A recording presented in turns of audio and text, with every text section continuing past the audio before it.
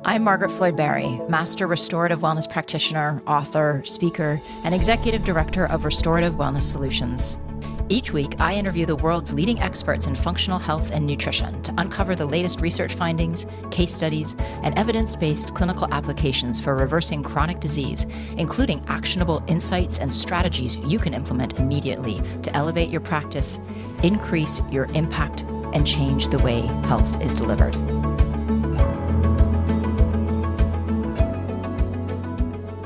You are in for a real treat today. We have integrative pediatrician Dr. Elisa Song with us. Whether you have kids yourself, whether you work with kids, or you work with people who have kids, this episode is a must listen. We dig into the critical importance of gut health for all kids, regardless of whether they have symptoms or not. We get into the practicalities of working with children and how to support them and their families to make the changes they need to make. We talk about the mental health crisis facing our children with, frankly, some alarming statistics, but in true Dr. Elisa fashion, she gives us some very practical strategies we can put into place to address these issues immediately. We also talk about how to collaborate with more conventionally minded practitioners, and we even talk through what are the most helpful labs to work with when it comes to children. Dr. Elisa has just written an outstanding book that is now my go-to recommendation for all parents, for practitioners who work with children, and really anyone who has kids in their lives. It's called Healthy Kids, Happy Kids, and she has knocked it out of the park with this one. This is a jam-packed interview, and I think you're going to love it. Enjoy. But I am so excited for today's episode of the RWS Clinicians Corner. We have one of my favorite humans with us here today. Dr. Elisa Song, MD, is a Stanford, NYU, UCSF trained integrative pediatrician, pediatric functional medicine expert, and mom to 2 thriving children. And she is on a mission to revolutionize the future of children's health. Dr. Song is also the best-selling author of the Healthy Kids, Happy Kids, an integrative pediatrician's guide to whole child resilience. And I got to tell you guys, this is a book I have personally devoured over the last few days. Here it is right here. We're going to dig into this. This is now my top recommendation for any parent wanting to approach their children's health from a functional and integrative perspective. And I was telling Dr. Elisa beforehand that I had high expectations going in, and I got to say, she exceeded them. So I'm super excited to dive into this with you. Dr. Song created Healthy Kids, Happy Kids as an online holistic pediatric resource to help practitioners and parents bridge the gap between conventional and integrative pediatrics with an evidence-based, pediatrician-backed, mom-approved approach. In her integrative pediatric practice, she has helped thousands of kids get to the root causes of their health concerns and empowered parents to help their children thrive by integrating conventional pediatrics with functional medicine, homeopathy, acupuncture, herbal medicine, and essential oils. Dr. Song is chair of A4M's pediatric education and has lectured around the world at leading integrative and functional medicine conferences and premier parenting events. She has also been featured in hundreds of top podcasts, print and online media outlets, including Wellness Mama Podcast, Bloom TV, Forbes, Healthline, Mind Body Green, National Geographic, Pop Sugar, Parents, Motherly, Parade, Very Well, and New York Post. And I've just got to say, on a personal note, I'm going to call you Dr. Elisa, if that's okay. Elisa is someone I consider not only an esteemed colleague, and she's such an expert in this space. She is also a dear friend and absolutely my go-to for balanced, well-researched, while also truly forward-thinking information. And, you know, I want to share that I was already planning on sharing this, but I had feedback from several folks so excited for this interview that you were their go-to as well throughout the pandemic. And just really want to express our gratitude to you for your generosity and how balanced and level-headed you are in times when, let's just say, that isn't necessarily the prevailing norm. So super excited to dive in with you today. What I want to focus on when we're talking about the gut is, because we're working with children and we know that making these dietary changes, we'll focus on diet first. I want to talk about the different aspects of things that you go into, but let's focus first on diet. We're asking clients to let go often of some of their favorite foods. We're asking them to try things that they might be resistant to trying. And this can be challenging with adults, but it's a whole other world when we're talking about children. So I would love to talk, because you do such a great job in your book, and I know you have so much experience with facilitating that transition and helping them let go of some of those foods, trying new things with picky eaters. Can you talk about how you support families in making some of these really challenging transitions? Yeah, so I think one of the first and most important things as practitioners, and you guys know this, right? We have to believe that a change is going to work. Because if we don't, it's really hard to, talk to a kid who's looking at you cross-eyed because we've just said, gluten might be something that's, not so good to stay in your diet. So, but, we have to have that firm belief that we know that this change is going to be so much better for them. It's going to help them really move towards thriving in a way that they're currently not. And same thing for parents too, right? I mean, it's so fascinating. I mean, when I work with kids, oftentimes when we explain to kids the why of, what the recommendations are and teach them how to kind of empower them with some of the tools to make those decisions for themselves, oftentimes, especially once they start feeling a little better, they can actually be their own best advocates. I mean, they're the ones often that, have parents calling and saying, like I forgot, to tell Johnny's friend's mom, before Johnny went over that, he can't have corn right now.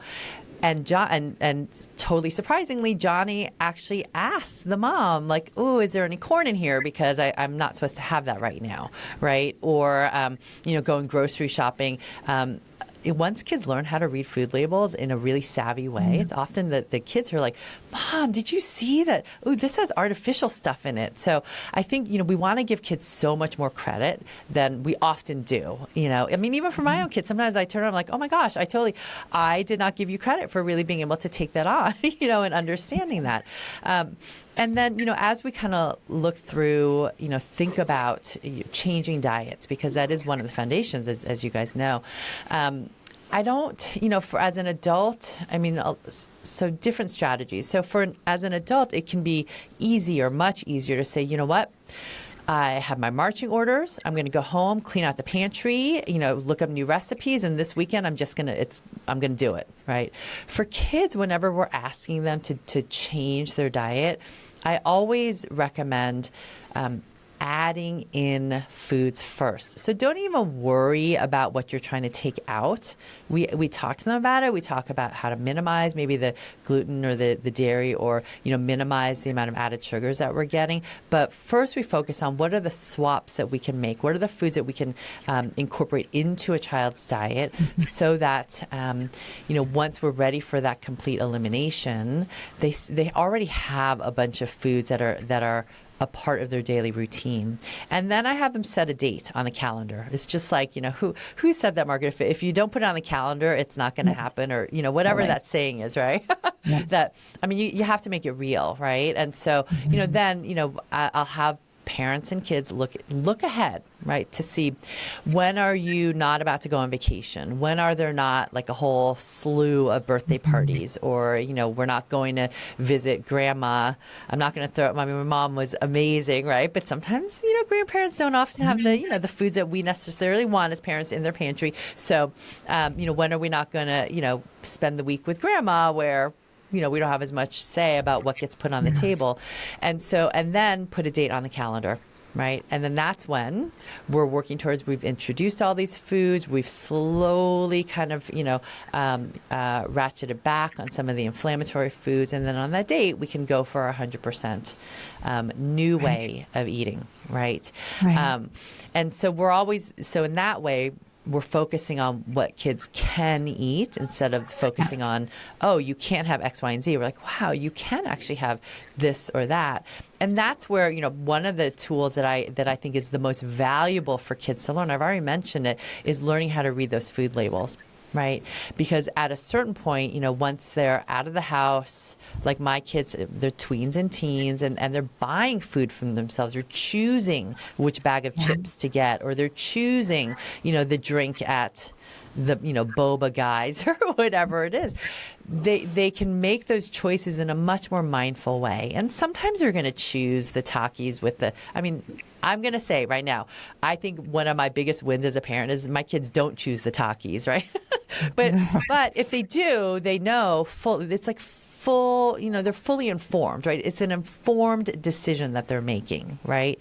And so that's one thing I think that is really one of the most powerful tools that we can give to kids, so that they can take that with them as teenagers and, once they're off in college, right? And I know Renee asked, my daughter can't read yet, but they know what the number 40 is. So yes, you want to look for no red dye 40. In fact, if there's any numbers on the labels, you probably want to put that back, because it's probably Blue Lake number 6 or yellow number 5 or whatever it is, right? And even as an infant, right? So even I recommend, when you have a baby, a newborn, and you're changing their diaper, you talk to them about their poop. Oh, look at how your poop, it's so great. Your poop, helps us keep healthy inside. And, if poops change, your poops are a little hard. Say, I wonder if maybe we need to get more vegetables in, right, for the fiber.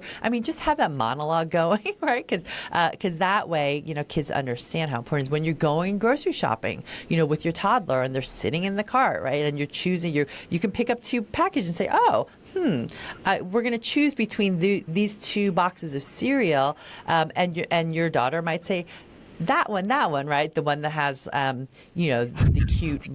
cute unicorn on it, right? With all the rainbow things, right? And then you can pick up this one and say, oh, well, that one, it looks like it might be fun to eat, but, let's look. Oh, wow, these ingredients, they're not going to help your tummy, or they're not going to help your body, be as strong as we want it to be. And then, look at the other label.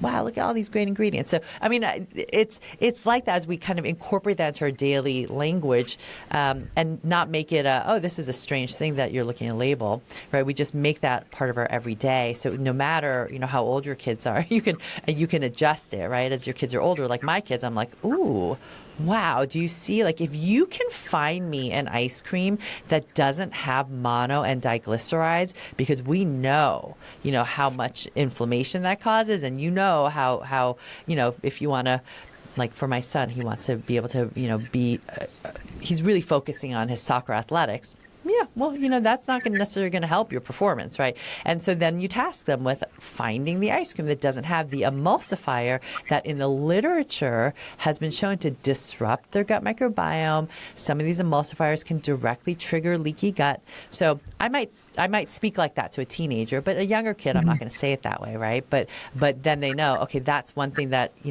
if the label has that in it, I'm going to put it back, right?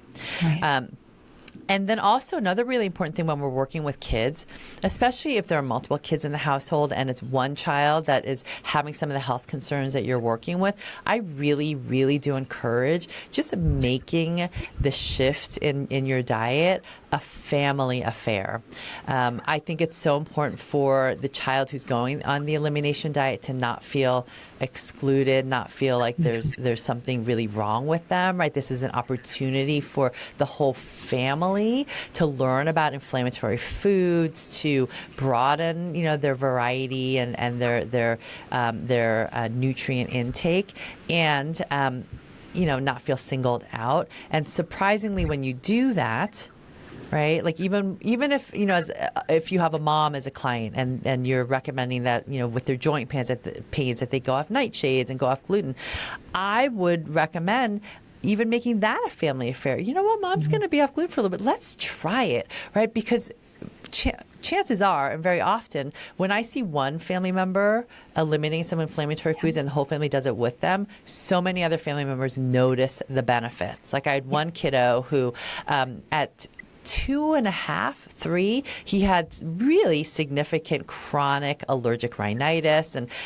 the allergist was wanting him to be on an inhaled steroid for his wheezing, a nasal steroid for his nose, an antihistamine. And I mean, just medication after medication. I'm like, oh, he's only 2.5 years old. Why don't we try just going off the gluten and the dairy? Right? Because the mom's history was unusual. She had a lot of autoimmunity going on.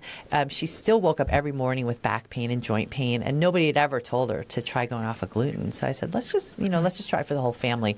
And after, I mean, not even, I want to say it was like 4 or 5 days off of gluten and dairy, she called and she's like, I cannot believe it, that I can't remember ever waking up without pain in my joints, right? And this is a miracle, because she'd been on lots of different immunosuppressant medications, right? So I think if we make it a family affair, we also get the whole family, especially other siblings, aware of this is why we're doing this. This is how we can think about, living in a way that, even if Janie isn't necessarily having any particular health concerns, it's still important to take care of your microbiome, because if not now, you might start having some issues show up later on because you haven't kept your microbiome, healthy and happy for us. Absolutely. And I love this approach of empowering the kids and also doing it as a family, because we also know that, as a family, our microbiomes influence each other's as well, right? Absolutely. So that actually can really, it can really enhance that whole family element of health. Now, how do you support, you've kind of answered this already, but oftentimes parents will come, especially if their kid's really struggling and they're in total overwhelm, right? And so I think educating the child and really bringing them on board is such a vital part of this. And how do you support that parent who is just looking at you and at the end of their rope and just terrified, but wanting to make changes, but feeling completely like this is just too much? How do you support them through that process? Yeah. I mean, it's going to be similar to how you guys all support your adult clients, because there are some, as we know, there are some clients who you give them, their to-do list and they're like, fine, I'll do it today, right? And others are like, oh my gosh, I don't even know where to start, right? So if you have those kind of deer in the headlights kind of parents, then you can share with them the roadmap that lies ahead, and then I just work with them and the child to figure out, well, what's the first step, like one single step that's going to be a lower hanging fruit, right? That we can get that success so that the next step is a little easier. And so, when we're talking about, gut microbiome support, and of course, we all know starting with the gut is the most important thing when it comes to like root cause medicine and trying to balance out whether you have an immune system dysfunction or metabolic hormonal, imbalance or, mental health, neurologic problem going on. So, but when you think about what that means, supporting your microbiome, and one of the reasons why I want to write this book is because supporting your microbiome and your gut health goes way beyond what we think of as a gut regimen, a gut protocol, right? We really need to think about, making our gut microbiome and supporting our gut microbiome, our way of living. So in that sense, right, in the book I talk about the 5 things for microbiome magic. And why did I do those 5 things? Well, I had my little beta group, my test group, right? These are my daughters when she was in a combined 3rd, 4th grade class. So these are 8 to 10-year-olds. I had the opportunity to create a 6-week Healthy Belly, Happy You curriculum for the students. And, the first session we spoke all about their, tiny little friends in their tummies and what they do, right? And I just asked the questions, hey, has anyone in this room ever had trouble falling asleep? Or anyone ever get headaches or have worries that are really too big or don't have the energy you want to have, or you're tired of being yelled at from the teacher because you're having trouble sitting still? And everyone's like this. And so we made the connection connection. Like, wow, did you know that could be, because of the tiny friends in your belly, they're not so happy right now, right? And then we continue to work on these 5 things that kids already do every single day, but we learn how to do them in a way that, what I call, create microbiome magic. And these 5 things, so the way we're eating, the way we're breathing and thinking, the way we're, hydrating ourselves, the way we're moving our bodies, the way we're sleeping, all of those things we have to do anyway every day. Right? I mean, I suppose if you're on a fast, then maybe not the eating, but pretty much we do those 5 things every single day. So this way, if we think about those 5 things in a way that actually in the literature supports gut microbiome diversity and function, right? Then it becomes not an added on thing that, we have to do this and, add on this, I'm too busy. It's more just a shift in, we have to do these things anyway. Let's do them in a way that nurtures your gut microbiome. So, that's where then I'll sit down with the parents and the kids and say, look, okay, we can talk about, how to make little shifts in how you're eating, or we can talk about, if your kids are really selective right now, we can talk about shifts in maybe how they're moving their bodies, or how they're sleeping, or how they're hydrating, or how they're thinking in their heads, in their minds. Which one do you want to work on first? Right? So then they can just choose, right? If kids are, maybe if they're not hydrating as well, we can talk about, let's just make that one shift, because just doing that is going to help support your microbiome, right? Because maybe, I think this number is probably higher, but in one study, about 50% of kids were kind of chronically dehydrated. I would say it's probably more than that, but the studies have also shown that kids who drink more water, that seems to be correlated with also eating more fruits and vegetables. And the microbiomes of water, good water drinkers are also different, less dysbiotic than the microbiomes of, inadequate water drinkers. So sure, let's work on that. Let's set a goal for how much you should drink every day. And then in 2 weeks you come back and then we can pick another goal to work on. So, there are all these kind of lower hanging fruit. And Alan asked what Takis are. Takis are,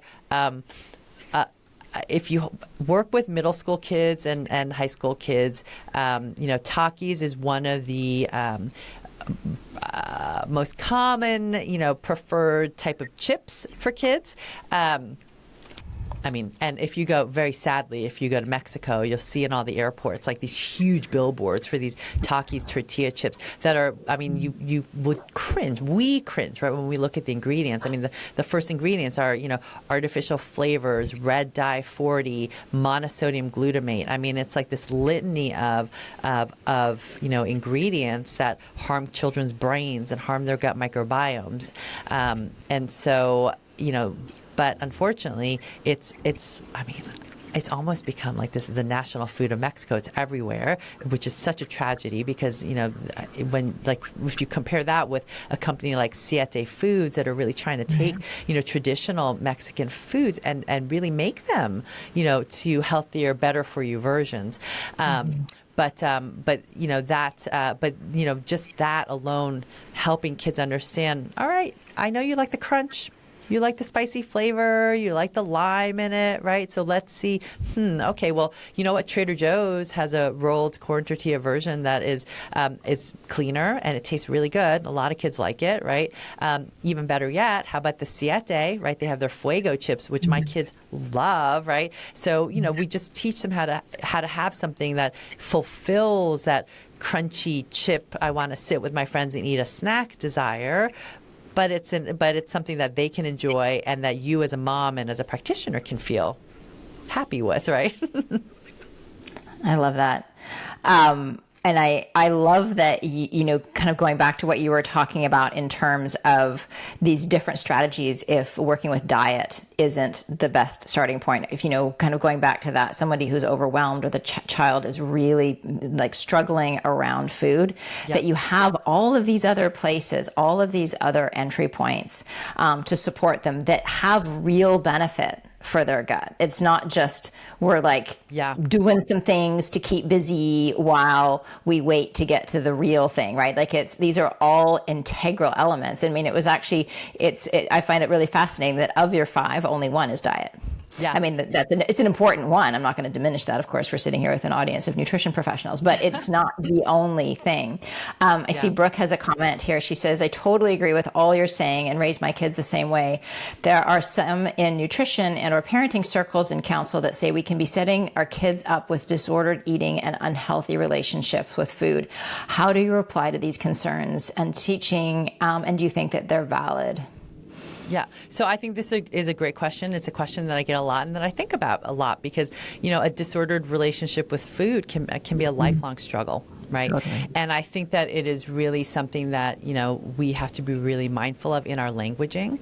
And that's where, I don't want to call foods, bad for you or, oh, they're so unhealthy because that's so nebulous for kids, but really talking to kids about, what are strong foods and how do we, make our food decisions, not in a black and white, this is a never food, but, in a more, like I said, informed consent, right? We want informed decision making. And then you make the decision that feels right for you in the moment, right? And as we pair that with, there are going to be times when, your kids go out and, whether it's at a sleepover or whether it's at a birthday party or, they're out with their friends, making their own decisions. And sometimes it's not the decision that you would have made, but in that moment, we say, okay, so you made that decision, right? Now let's just kind of check in, pay attention to how your body and your brain and your tummy and your relationships and your mood and sleep and all of that. Just pay attention, for any impact, right? Just to make that connection so that you can make an even more informed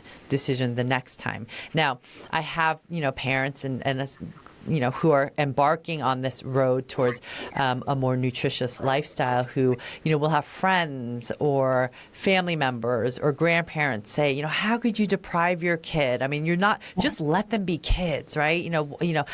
How can you take away this part of childhood? And one of the things that I educate kids about at any age, right, is that, these, when the manufacturers of these ultra-processed foods that we've come to believe to be the foods that kids, quote, deserve, right? These ultra-processed foods are designed by, these kind of mad scientists in the back rooms of, Mars or Nestle or whatever to really light up those addictive centers in your brain. These mad scientists determine the exact combination of sugars and fats and ingredients that will give your mouth, they call it a mouth feel in the food industry, that makes your brain want more and more. So, if we really want kids to grow up to be independent, thriving, successful individuals, well, we have to teach them that when they crave a food and when they want a food, it's not necessarily them making that decision. So if we really want the healthiest relationship with our food, it's got to be our own brains making that decision. It cannot be, the ultra-processed ingredients that are tricking our brains into, wanting more and more and more of that. And so, for a lot of teenagers, that starts to click in. But even for, kids, they're like, well, I just want. It's like, well, who wants it? Is it you? Or is it, really now these abnormal, like your microbiome that is now trained to want that because we know that the composition of your microbiome can also impact your food cravings and your food preferences. And so, really trying to, as I said, the more education we can do in an age appropriate way, the less we kind of have a judgment on like, oh, you shouldn't do this or that. It's more like, let's just, see, let's make that informed decision. And you make the decision, again, that's right for you in the moment, right? Yeah, 100%. Ellen's asking a related question here. What about kids with ADHD and the general pickiness and need for dopamine hit that makes eliminating sugar and processed foods more challenging? So for those kids who are really, that cycle is really deeply that groove is very deeply wound. I'm not saying it the way I'm trying to think it in my mind, but you get the point. How do we help them to unravel it? Are there any special strategies for starting to pull them out of that addictive loop? Yeah, well, and I think we have to call it what it is and let them know, look, I mean, you're addicted to this food. And we know that, your brain, if you have a brain that's wired more towards ADHD, it's going to be easier to get addicted. Right. So we just have to acknowledge that, right? Whether it's sugar or artificial colors or video games, right? I mean, all of that we can see, right? Or later on in life, right? I mean, for parents, you can say, look, I mean, if we don't break this loop, then there are going to be more problems potentially with addictions to, less benign things later on in life, right? And so, acknowledging that it is going to be really tough, to break that addiction. That's the nature of addiction. Right. And then just slowly, with that, what I try to do then is really specifically find the swaps that they can, like if they're really, craving that sugar and they're, downing like bags of Skittles while they're gaming, let's say, right? Find a swap. They have I can't even remember the brand, but the one that's, at least made, still has a lot of sugar, but it doesn't have the artificial dyes in it, right? It's using more plant-based dyes, right? Is it Unreal? Is it that brand? Something like that. Yeah. I think that's true. Right. So, okay. But at least you're getting rid of the artificial dyes that are, like we know at least 1 in 3 kids with attention and focus issues, not even those who've been outright diagnosed with ADHD, but 1 in 3 are going to be changed simply by removing those artificial dyes. Right. And if it's the, if it's like the Takis example with the red dye that the brain is craving, well, let's first move them over to the Siete chips. Right. And then see, how can we add in, more microbiome support so that they can make more of their dopamine. So with dopamine, right, one of the amino acids that is foundational for dopamine is tyrosine, which is also really important for your thyroid, right? And so loading up on tyrosine-rich foods, like trying to get those in, right? Trying to kind of ease off a little bit in between the video games or in between, the sugary or artificial snacks. We're really working to support and engage their vagus nerve so that they have a little bit more brain reserve to ward off some of that addictive tendency. So again, it's not we're going to cut out this right now, or we're going to stop the video games right now. It's we might have to keep that the same right now, but how about we do these things like when we're breathing, let's learn how to do diaphragmatic breathing, or, take a moment before you play and after you play to, take 10, deep belly breaths so that we can spend more of our time engaging that parasympathetic, which will help us get out of that loop a little bit more easily. That's really helpful. Really helpful. I want to use this as a segue to make this connection here between gut health and mental health issues. You shared that our children are in a mental health crisis. One statistic in particular really jumped out at me, is that 1 in 3 teenage girls have seriously considered suicide, with 1 in 8 having attempted it. As the mother of 2 daughters, this definitely hit home. How can we support our children, either our own kids or our clients' children, in this time of crisis? I would say that is one of the most it is one of the most heartbreaking things that have been, I guess, illuminated through the pandemic, because, during the pandemic, the American Academy of Pediatrics and certain organizations really called out this crisis in mental health, especially in our youth. But we had this crisis long before. I mean, it was not, the pandemic didn't just all of a sudden shift things. I mean, it's been this way, for a very long time. And hopefully, the light shining on it doesn't dim because we're no longer in this state of panic anymore, right? But yeah, I mean, and other statistics have shown that by the time kids are 18, I mean, 1 in 2 is going to be diagnosed with any mental health disorder.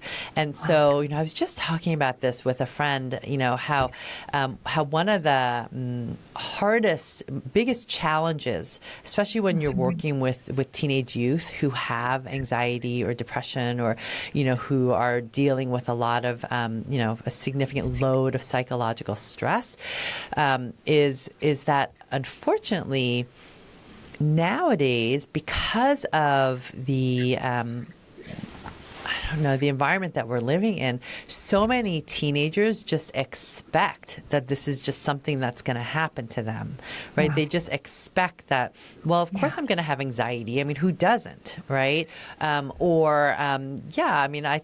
eventually I'm going to end up on medicines. I mean, my best friend's on a medicine. She said it's really great, so I want to try it, right? It's this expectation that that's the way that things are heading and has to be. And I think we have to really, educate parents and kids that it doesn't have to be, if we can understand maybe what's contributing to this overload of anxiety disorders in children.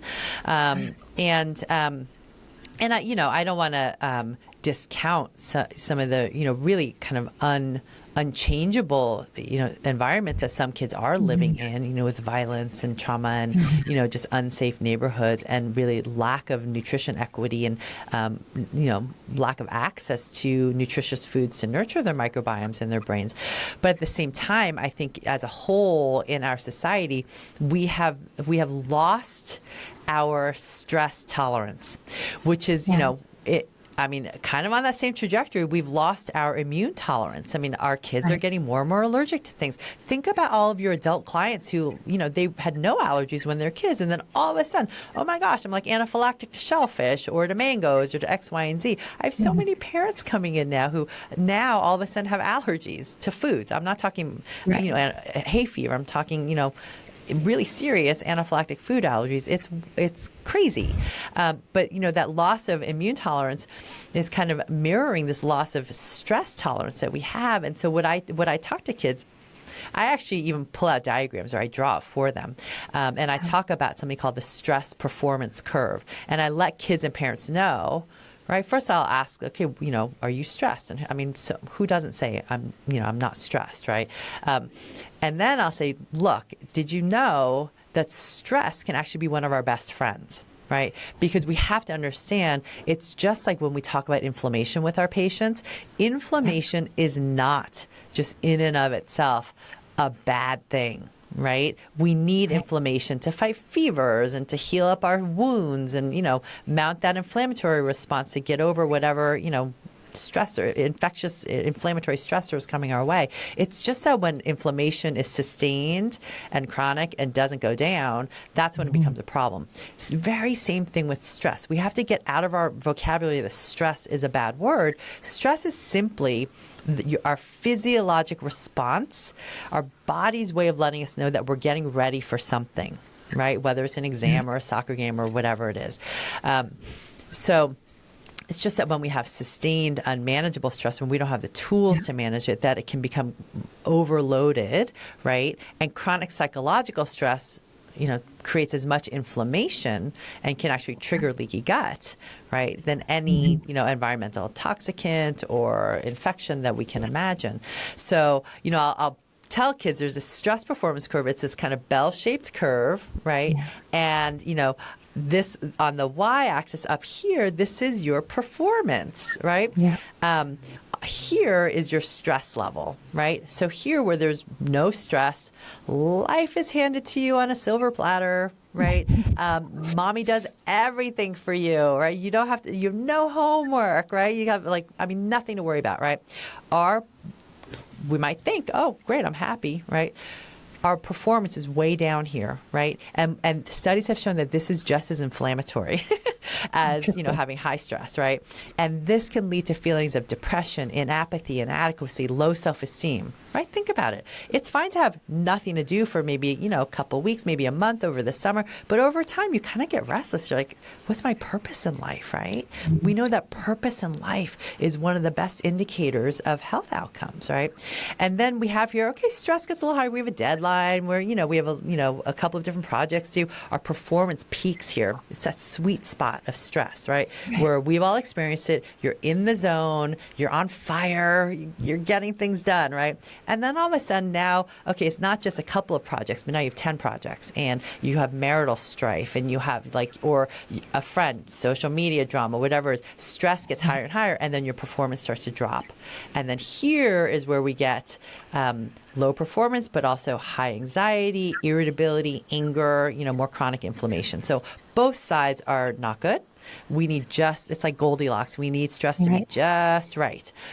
And so if we kind of look at it that way, it can help a lot of kids realize, you know what?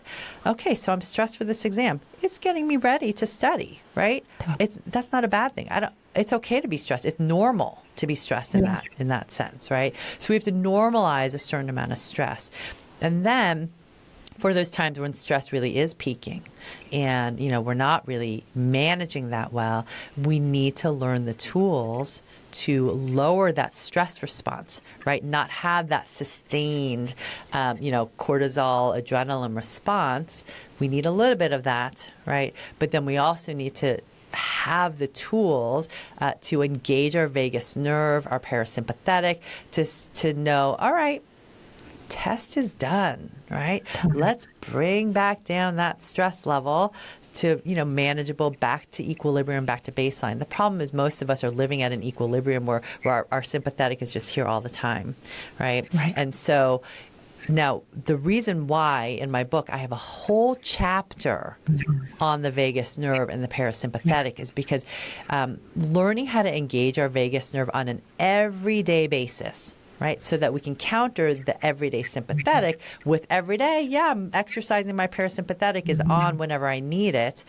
That is actually one of the best ways to not just improve, virtually every health outcome, but also to optimize our gut microbiome.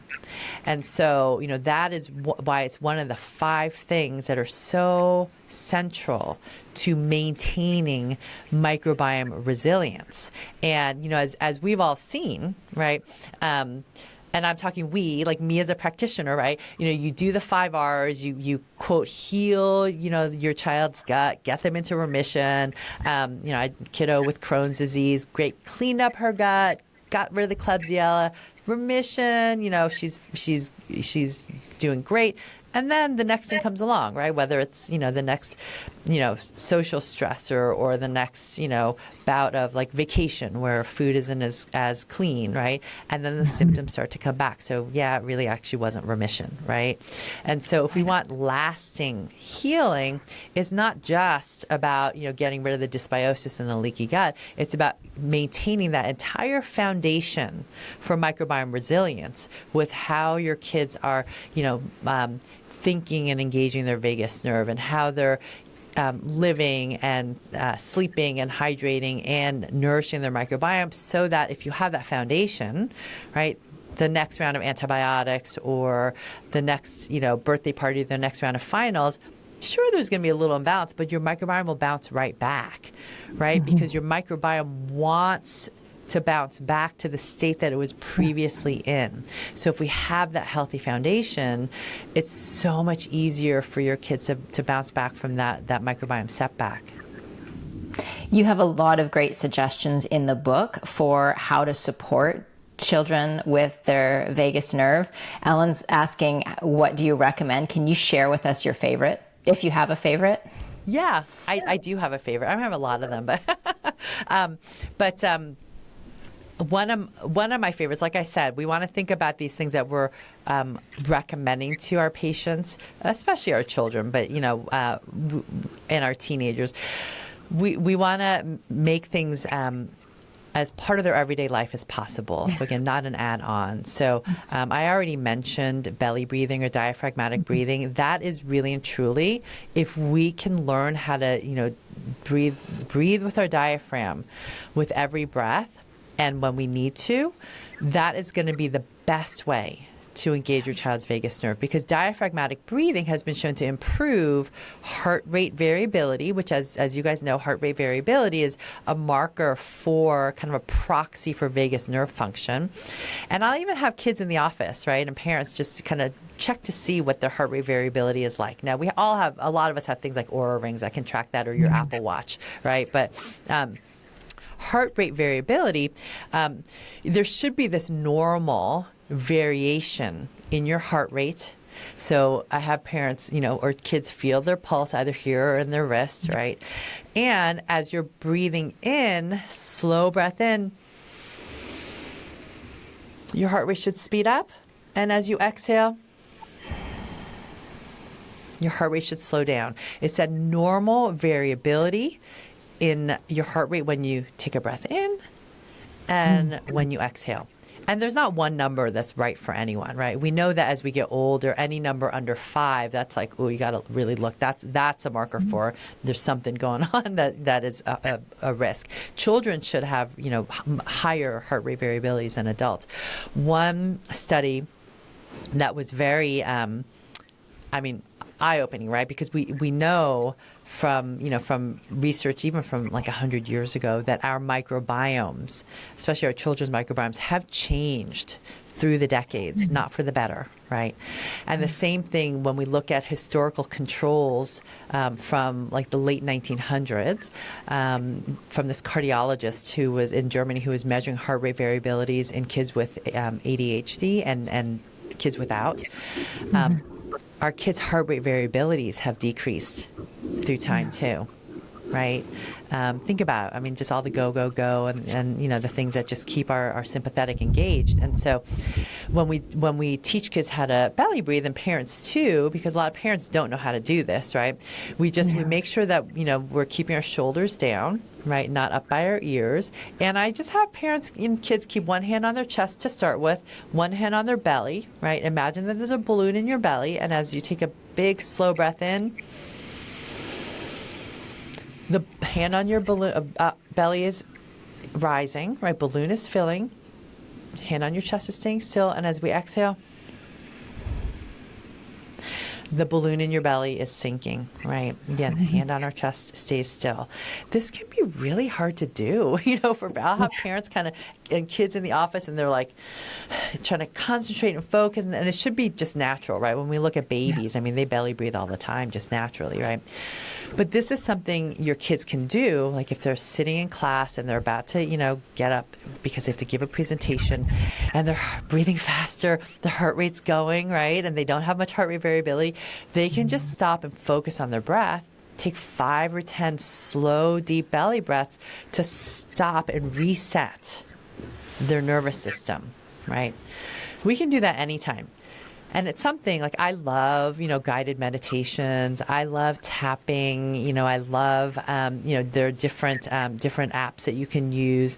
But there are things that kids have to kind of do when they could do it in class, but a lot of kids aren't going to want to, right? They don't want their friends saying, like, why are you tapping your forehead right now, right?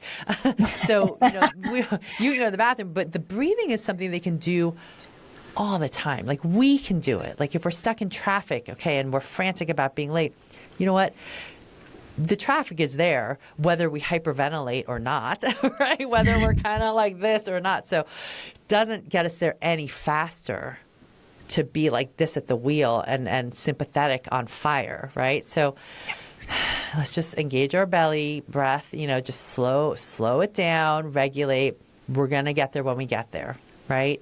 And so just learning how to do that is going to be one of the best ways that our kids can regulate, whether it's, a mean text that they got, from their friends, or, there was a kid at recess who was, kind of pushing them around, or, they have a project whatever it is, right? If we learn how to do that, it's going to help them, with their relationships. It's going to help their immune system. It's going to help their nervous system.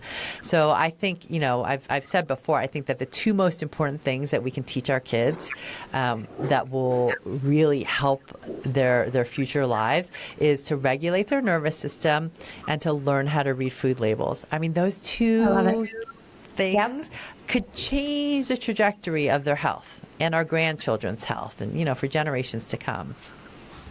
I love it. This is such great advice. I have so many more questions for you, and I'm aware of the time. I want to ask, we are a group here of health professionals. The majority, not all, but the majority of the practitioners in this community are non-licensed, so they're nutrition professionals. And so one of the things that we come up against sometimes is we have clients we're working with, and their pediatrician is more conventionally minded, right? And we walk this very delicate line of educating without overriding their pediatrician. But sometimes that's a really awkward position to be in. And so I would love if you have any words for our community of practitioners of what are some ways that we can approach those conversations? Some examples would be, the child's got a run-of-the-mill cold, right? And they happen to be working with the nutrition professional on underlying, gut issues, but, the overall balancing. But then they, go to the pediatrician who just automatically gives them antibiotics. And now you're watching like all this hard work you've done sort of unravel in front of you. That's just one example. But what strategies would you recommend for us collaborating with more conventionally minded medical professionals in a way that invites collaboration and not, butting heads? So I think one of the, it still comes down to education, right? And I think, when we're coming at it, and I will say it may not be that it's going to be collaborative at first, right? But, as physicians hopefully kind of see improvement, see the successes, they then will be a little more hopefully inquisitive, about, hey, what did you do? That you were able to go through allergy season without your meds or, whatever it is, right? And so I think we just, if you kind of, and I still continue to have this experience, as an integrative pediatrician who's not walking the 100% conventional line. I mean, there are plenty of conventional colleagues who are, not necessarily, as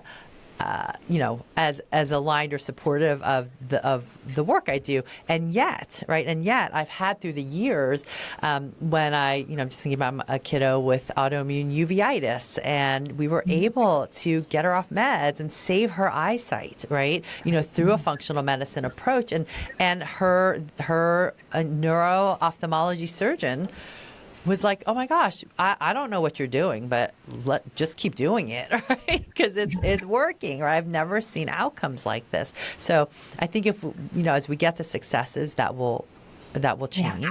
I also think it's really important, and I did this too when I was just starting out.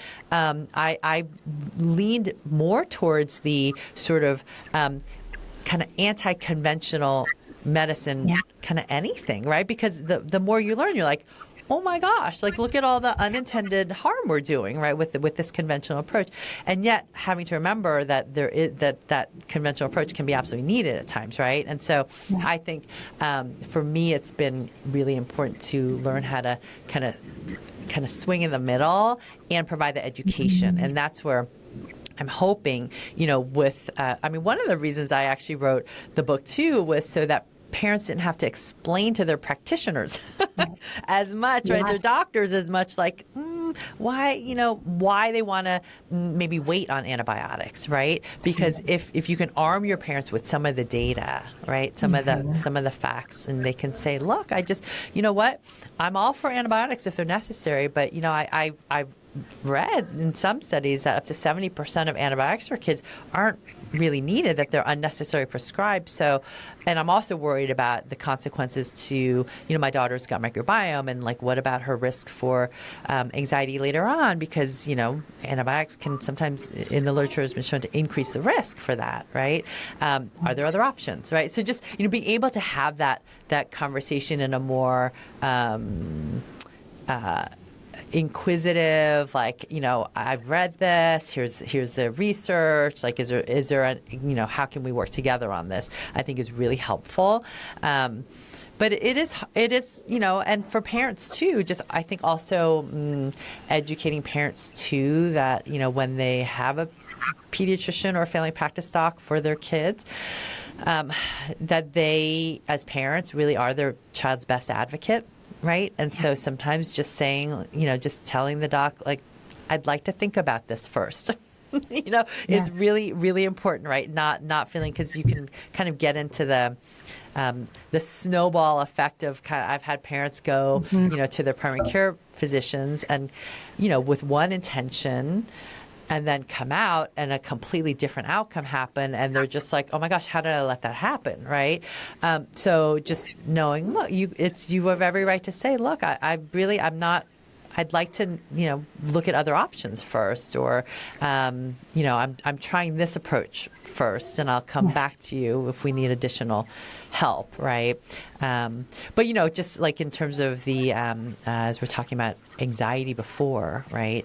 And, that study is true. We found that, for children especially, just one round of antibiotics, even like in utero through those first 6 months of life especially, can increase the risk of, virtually any mental health problem occurring by the time they're older kids or teenagers. The more rounds of antibiotics, the higher the risk. But that same thing we found in adults too, right? So it's not just kids. I mean, any disruption to the gut microbiome can impact the gut-brain connection.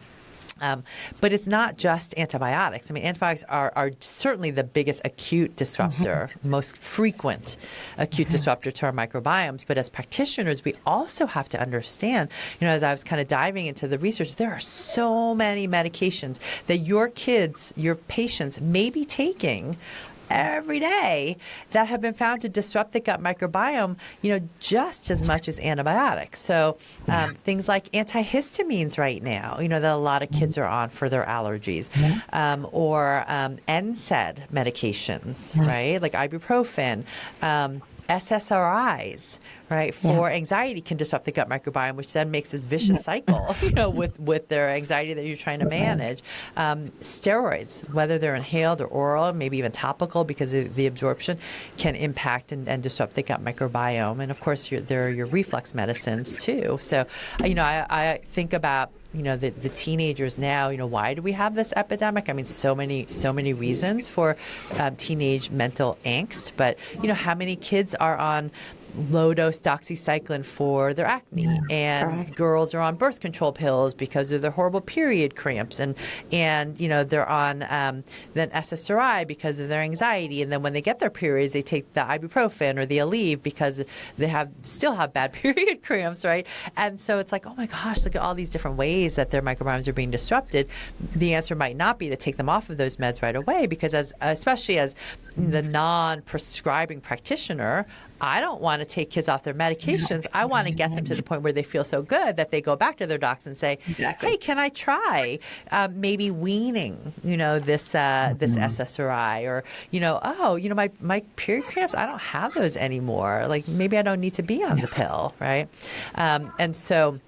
but just being aware of that, and in those cases, you may need to do some of the 5R program and then build the foundations for their gut microbiome. So, I mean, it's all so connected. But I think working with your licensed pediatricians, your docs, just get those successes, right, and then and educate your families to have the response when their doctor says, or questions maybe what they're doing, so that they have, they feel empowered with what they're going to say, right? And then eventually, hopefully, some of those physicians will come along.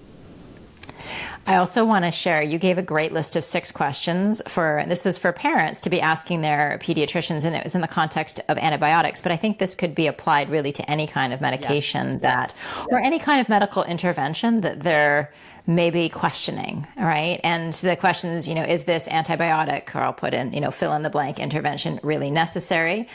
Are you prescribing antibiotics just in case, or do you know for sure that this is bacterial? And if you're not sure, what tests can we do to ascertain? Are there options besides this medication to help my child get better? What would happen if I waited to see if my child got better without antibiotics? If antibiotics are absolutely necessary, what is the shortest course and most narrow spectrum antibiotic that would work? And then how do I recover my child's microbiome when antibiotics are necessary? And I think, I just get the books, you guys. You can get the questions and so much more. But I think those questions can be a really useful guide for a clinician. Yeah. Asking the questions and guiding and supporting the parent, for whatever the medical intervention is, and just opens up the door to that conversation. Yeah. I'm just looking at time. I have one. There's a whole category of questions that I didn't get to. I really want to ask this question because you've given such great DIY strategies here in this book, and I think it's such a great starting point. I really recommend everybody who has kids, knows kids, works with kids, definitely should get this book as a practitioner or otherwise. For those who are practitioners, I want to just talk quickly about testing, if there is such a thing as talking quickly about testing. So oftentimes the people that we're seeing are those, especially by the time they get to a nutrition professional, this is somebody who has typically gone the conventional route and it has not worked. Yeah. And so they come to us, and they're at a place typically where it's more extreme. We're not getting just sort of, normal, what even is normal anymore, but we're not getting healthy kids. We're getting kids struggling with severe eczema, severe allergies, the autoimmune, right? We're getting that kind of situation. What are your go-to tests for children? In the book, you mentioned stool testing, you mentioned food sensitivity testing, you mentioned a handful of blood markers. Are you using this? Do you kind of have a suite of tests? How are you looking at it? When are you making some of those decisions to bring in those tests? If parents have the ability, to really access and afford the testing, I think that tests are so valuable, because it's, let's take for instance gut dysbiosis. I can kind of guess that a kiddo with eczema is going to have some element of gut dysbiosis, but I can't tell what organisms are in there without looking, right? I can maybe take a guess that there might be some yeast if they've had rounds and rounds and rounds of antibiotics, right? But it really helps to know. And I can't necessarily tell how well they are absorbing and assimilating their nutrients unless maybe they're having like really greasy diarrhea, right? There are some clinical clues. So, which is why, in the book, I do put a lot of like clinical clues for potential different kinds of dysbiosis and nutritional deficiencies or insufficiencies, because some parents and kids, they just can't access the testing, either because they simply can't afford the out-of-pocket costs, or they don't have a physician or practitioner who will prescribe the tests, right? And sometimes it's both, right? So there are some clinical clues for a lot of the nutritional insufficiencies. But even then, like let's say for zinc, which is one of the most common insufficiencies or deficiencies that I find in children, I can presume if your kid is picky or has sensory issues, like can't stand loud sounds, or maybe isn't growing as well, or is a boy with delayed puberty, right? All of those signs can be signs of low zinc. And so I can recommend zinc-rich foods or taking a zinc supplement. But the reason to test a red blood cell zinc is because sometimes it is shocking how low they are and how much supplementation is needed to get them to the range where we're actually moving the needle on healing. Like for a kid with eczema, a baby with eczema, remember that zinc is needed for epithelial linings, right, to heal them, which is why zinc is so important as a part of your regimen for healing leaky gut and your gut, intestinal lining. But think about your skin, right? For babies who have really terrible diaper rashes that aren't healing, I always, recommend like just looking at zinc levels, or maybe giving a little bit of zinc, if we're not checking levels.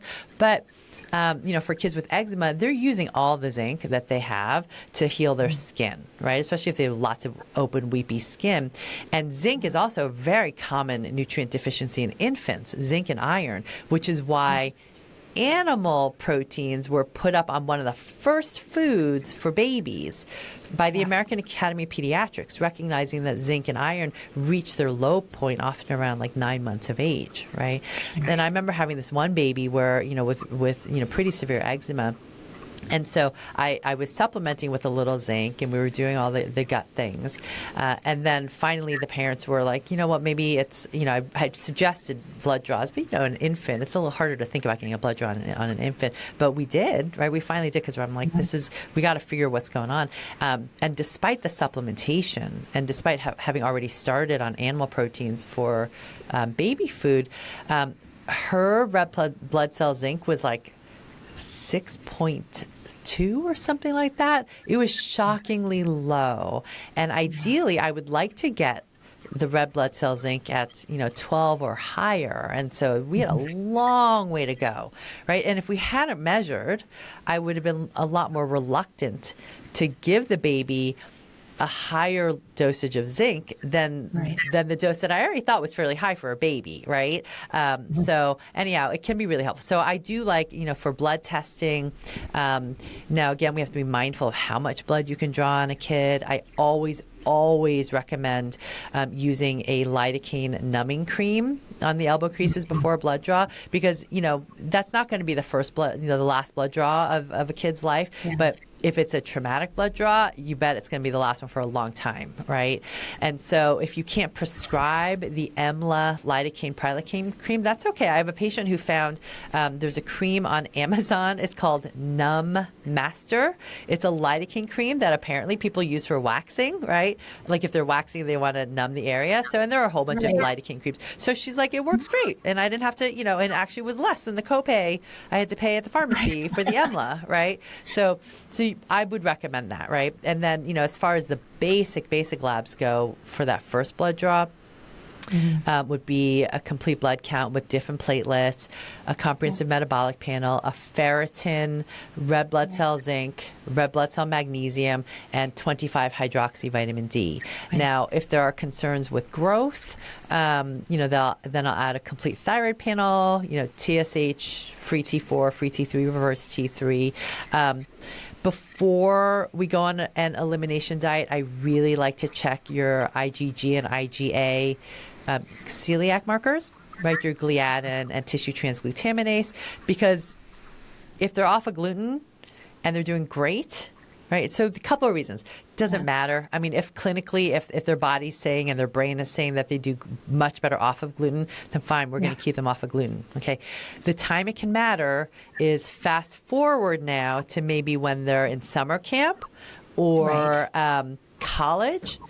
And we're asking for food accommodations to be near. I have a lot of kids who are graduating off to college now in the practice, and we want them to be near the cafeteria that has the gluten-free items, or be allowed to have, a hot pot or a larger refrigerator in their room to make their own gluten-free foods. It's tough sometimes if you don't have the, quote, lab proof that they need to be off of it. It's getting easier now, but there was a time, this was before the pandemic. I have one kid who, this happened where we didn't have celiac antibodies tested, and the school was pushing back, saying, well, we're not going to give her access to gluten-free foods or guarantee that access unless she's actually celiac. And so, that's another reason to just kind of do the testing. And then the other two tests that I like to do, of course, you're going to take your history, right? If you have any concern about infection-related anxiety, like a PANS or a PANDAS picture, you're going to do some infection titers. But I love doing stool tests, comprehensive stool analyses, and also the Genova metabolomics, the urine organic acid test, which can be a great one to start with for kids who are not yet kind of interested or wanting to do a blood test. So sometimes a urine test is the easiest to get because you get your mito markers, you get some gut health markers, you get your neurotransmitter markers. Honestly, that probably is the easiest one to get for most kids. It depends on how old they are. When they're babies, the poop test is so easy, right? Because they're already in diapers, right? Once they get older, like middle school and high school, sometimes the poop test is the hardest thing to do. They're like, I'll do a blood test and I'll pee in a cup, but I'm not collecting my poop, right? So it just kind of depends on their age. So, yeah. Excellent. Oh, this is so helpful. I could talk to you all day. I so appreciate you coming and sharing your vast amount of knowledge with us. How can we stay in touch? How do people get copies of your books? How do they get more Elisa Song? So, you can stay in touch on my website, healthykidshappykids.com. And I'm most active on Instagram, which is where I post a lot of, like today is Earth Day as we're recording. So I reposted in social form one of the newsletters that I just wrote on forever chemicals in kids, because I mean, these environmental toxicants and our children's exposures, we really need to be aware of how to mitigate those. And then my book, you can find my book, really at any major retailer. You can go to my website, healthykidshappykids.com/book, and it'll tell you, what the book is about. If you order before pub date, which is May 14, I have a bunch of, great bonuses, pre-order bonuses. So that's there for you. And when is this going to air, Margaret? I know we have some folks live, but... So we do have some folks live. This is going to actually, in terms of the main version, is going to. It might not be till June. So at that point, great. So the listeners then just order before May 14, but otherwise order it at any time. And at that point, it'll be physically in bookstores, so definitely support your indie bookstores. And I've had friends in Michigan and one actually in Canada who's able to ask their local bookstore to order, which is great, right? Because the more local bookstores order, the more people know that there's demand for kids' health information. And by people, I mean, the AAP and, the AMA and the CDC, right? I mean, kids' health has been kind of bottom of the barrel for priorities in health and pretty much everything, right, for too long. And so the more we get the word out that we are demanding kids' information, the more quickly, hopefully, change will happen. It's a fantastic book. Truly, everyone, you need to go out and get it. I didn't mention this, but at the end, one of the things that she has done here is gone through the top 25 acute childhood concerns. So this is incredible as a resource. As a parent, when you're in that like, oh no, ear infection, what do I do? Go look it up in here. Oh no, throwing up, what do I do? So this is, it's so good, incredibly packed with just great information, great statistics. You really knocked it out of the park with this one. Thank you so much for your work, and thank you for being here with us today. Thank you all for being with us live. Thank you for joining me for another episode of the Clinician's Corner. Don't forget to head to the show notes to access additional links and resources. And if you liked today's episode, please be sure to hit the follow button and consider leaving a review, sharing it on social, or texting it to a colleague. The more we spread the word, the more lives we can impact for the better.